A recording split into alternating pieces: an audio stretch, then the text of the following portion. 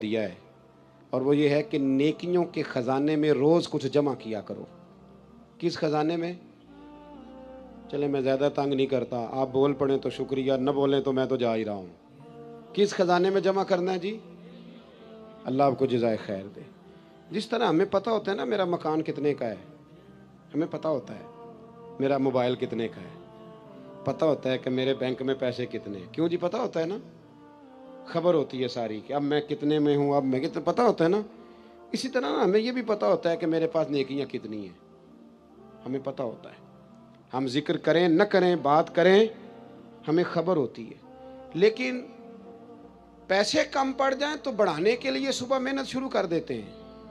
نیکیوں کے خزانے میں کوئی شے نہیں، اس کے لیے صرف عاجزی کرتے ہیں، کہتے ہیں میرے پلے نیکی کوئی نہیں۔ تے نیکی کوئی نہیں تے نیکی کار، عاجزی کر رہا ہے جی، بڑا گناہگار ہاں تے نیکو کار ہو، اس لیے کہ حضور نیک بنانے آئے ہیں۔ نیکی نہیں تو میاں نیکی کر، نیکیوں کے خزانے میں روز کچھ جمع کر، کچھ پروگرام بنا۔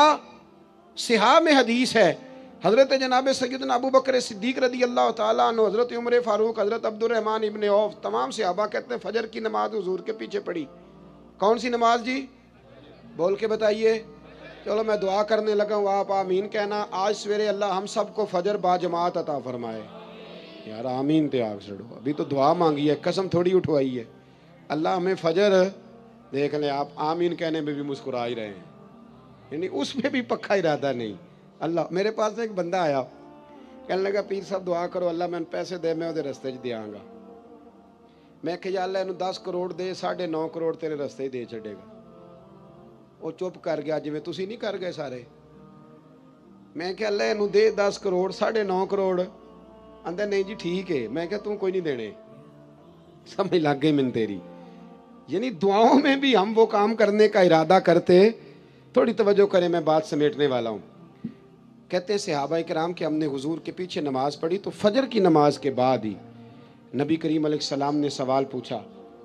محبوب کریم علیہ السلام فرمانے لگے کہ بتاؤ بھائی، آج کسی بندے نے روزہ رکھا ہے؟ آج کسی نے روزہ رکھا ہے فجر کی نماز پڑھ کے؟ تو حضرت عمر فاروق فرمانے لگے میرے دل میں ارادہ تھا رات کو روزہ رکھنے کا، پر میں رکھ نہیں سکا تھا۔ توجہ ہے نا میری بات پر؟ میں رکھ نہیں سکا تھا۔ جب حضور نے پوچھا نہ رکھا ہے دوسری دفعہ، تو کہتے ہیں اور تو کوئی نہ بولا، جناب صدیق اکبر بولے۔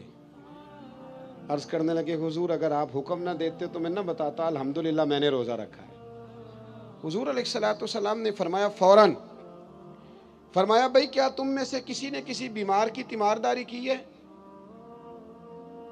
تو حضرت عمر بولے، عرض کرنے لگے حضور ابھی تو فجر پڑی ہے، گھر جائیں گے تو تیمارداری کریں گے نا۔ تو محبوب نے دوبارہ پوچھا، فرمایا چلو بتاؤ یار کسی نے تیمارداری کی ہے؟ تو حضرت صدیق اکبر بولے فجر پڑھنے آئے۔ کہا حضور میں نے کی ہے۔ حضور نے فرمایا کس طرح بتاؤ؟ عرض کی حضور 2-3 دن سے حضرت عبد الرحمن ابن عوف نماز پڑھنے نہیں آ رہے تھے، میں نے رات کو پتہ کیا تو پتہ چلا بیمار ہیں۔ مجھے پتہ ہے کہ رات کو وہ جلدی سو جاتے ہیں پر وہ تہجد میں ضرور اٹھتے ہیں، تو یا رسول اللہ میں ذرا جلدی اٹھا تھا تو فجر پڑھنے سے پہلے تیمارداری کر کے آیا ہوں۔ حضرت عمر کہتے ہیں میں حیران ہی رہ گیا، یار یہ بندہ کسی اور کو بھی کبھی آگے گزرنے دے گا۔ فرماتے حضور نے تیسرا سوال پوچھا، بتاؤ کسی نے کسی مسکین کو کھانا دیا ہے؟ تو حضرت عمر کہتے ہیں میں پھر بولا حضور ابھی تو دن چڑھا ہے، فجر پڑی ہے، باہر نکلیں گے تو کسی مسکین کو دیں گے۔ تو حضور مسکرائے، فرمایا عمر تو ذرا چپ نہیں کرتا؟ تو حضرت عمر کہتے ہیں میں پھر سمجھ ہی گیا کہ بولنا کس نے ہے۔ حضرت صدیق اکبر بولے، عرض کرنے لگے یا رسول اللہ اگر آپ حکم نہ دیتے تو میں نہ بتاتا، میرے حصے میں یہ اللہ تعالیٰ نے نیکی عطا فرمائی ہے فجر سے پہلے۔ وہ کس طرح؟ عرض کی حضور نماز کے لیے اٹھا ہوں تو میرا پوتا بھی اٹھ گیا تھا۔ حضور میں نماز سنت ادا کرنے لگا یا نفل پڑھنے لگا تو اس نے اپنی اماں سے روٹی کا مطالبہ کر لیا، تو اس کی اماں نے 2 روٹیاں بنا دی۔ تو حضور ایک روٹی اس نے کھائی تو ایک اس کے ہاتھ میں تھی، میں دروازے پہ نکلا ہوں تو سامنے ایک بھکاری کھڑا تھا اور کہنے لگا اے مدینے والوں رات کا بھوکا ہوں۔ کہتے میں نے اسی وقت اپنے پوتے سے وہ روٹی لے کے اس مسکین کو دے دی۔ اے مدینے والے حبیب اگر آپ حکم نہ دیتے تو نہ بتاتا، میں نہ فجر پڑھنے سے پہلے مسکین کو کھانا دے کے آیا ہوں۔ یہاں تک تو لفظ مشکات میں بھی ہیں لیکن اگلے در منصور میں امام سیوطی نے لکھے ہیں، میرے رسول کریم فرمانے لگے ابو بکر جنتیوں کی 360 علامتیں ہیں، کسی میں ایک بھی پائی جائے تو وہ جنتی ہے، لیکن اللہ کا فضل ہے میرے ابو بکر میں ساری پائی جاتی ہیں، میرے صدیق میں ساری پائی جاتی ہیں۔ ہمیں دیکھنا چاہیے۔ آج سارا دن گزر گیا نا جی، 11-12 بجنے کو ہیں، 1 منٹ کے لیے صرف سوچنا ہے کہ صبح فجر سے لے کر اب تک نیکیوں کے خزانے میں کچھ ہے جمع ہوئی کہ نہیں ہوئی؟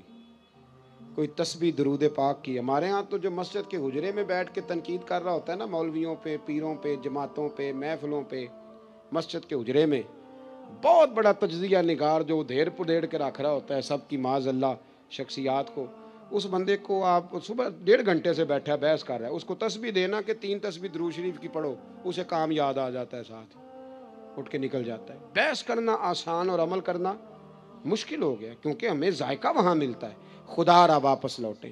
ایک بات تو میں نے آپ کی خدمت میں یہ عرض کی کہ بھروسہ ہمیشہ اللہ رسول پہ، نوابوں پہ، سیٹھوں پہ، دنیا داروں سے بھروسہ تھوڑا پیچھے کریں، نکلیں تھوڑا سا۔ غریبی ناز کرنے والی چیز ہے، یہ مایوس ہونے والی چیز نہیں، اگر اس کی لذت کو آپ سمجھیں تو۔ اور دوسری بات آپ کی خدمت میں یہ عرض کی، دنیا عارضی ہے تو اس کو عارضی ہی سمجھیں، آگے کے لیے بھی دیکھیں کہ ہمارے پاس کیا ہے۔ اور تیسری بات، ہمیں پتہ ہے کہ ہمارے پاس دنیا کا مال کتنا ہے، تو یہ بھی پتہ ہونا چاہیے، میرے جیسے بندے کو بھی پتہ ہونا چاہیے کہ اس نے کتنی تقریریں اس لیے کی ہیں کہ لوگ اسے جانیں، اس کے مرید بنے، اس کے پیچھے بھاگیں، اور کتنی تقریریں اس نے اس لیے کی ہیں کہ اللہ رسول راضی ہو جائے، اسے پتہ ہونا چاہیے۔ ہمیں خبر ہوتی ہے، ہمارے پاس ساری وکیبلری موجود ہے، ساری ہماری ہسٹری ہم جانتے ہیں کہ کہاں ہم نے خیر کی ہے، کہاں ہم نے دکھاوا کیا ہے، کہاں ہماری نیت کیا تھی، کہاں ہمارا ارادہ کیا تھا۔ یہ وہ تربیت ہے جو انسان کو پاک کرتی ہے، یہ وہ تعلیمات ہیں جو میرے اور آپ کے رسول نے ہمیں عطا فرمائی ہیں۔ اپنی مجبوری کے سبب میں نے پہلے گزارش کی بات کرنے کی، انہی لفظوں پہ چھٹی لوں گا۔ محفل نہ میرے نام کی ہے نہ کسی اور کے نام کی ہے، یہ رسول اللہ کے نام کی ہے۔ ہم شخصیات کے قائل نہیں، نظریات کے قائل ہیں۔ مجھ سے پہلے یہاں پتہ نہیں کتنے لوگ آئے، تقریریں کر کے گئے، ہمارے بعد دنیا میں خطاب ہوتے رہیں گے۔ یہ آپ شخصیات پر اس کو موقوف کرنا چھوڑ دیں، یہ نظریات پر آپ اس کو موقوف رکھیں۔ آپ کی اپنے محلے کی مسجد کا امام بھی جب جمعہ پڑھانے ممبر پر بیٹھ جائے تو فوراً اس کے سامنے بیٹھیں، وہ سنیں وہ کیا کہہ رہا ہے، نکل آئیں آپ ان چیزوں سے کہ کانوں کی لذت لینی ہے اور ذائقہ لینا ہے۔ محفل میں بیٹھیے گا، اس کو سنیے گا، اس لیے کہ یہ مصطفیٰ کریم کے نام کی محفل ہے۔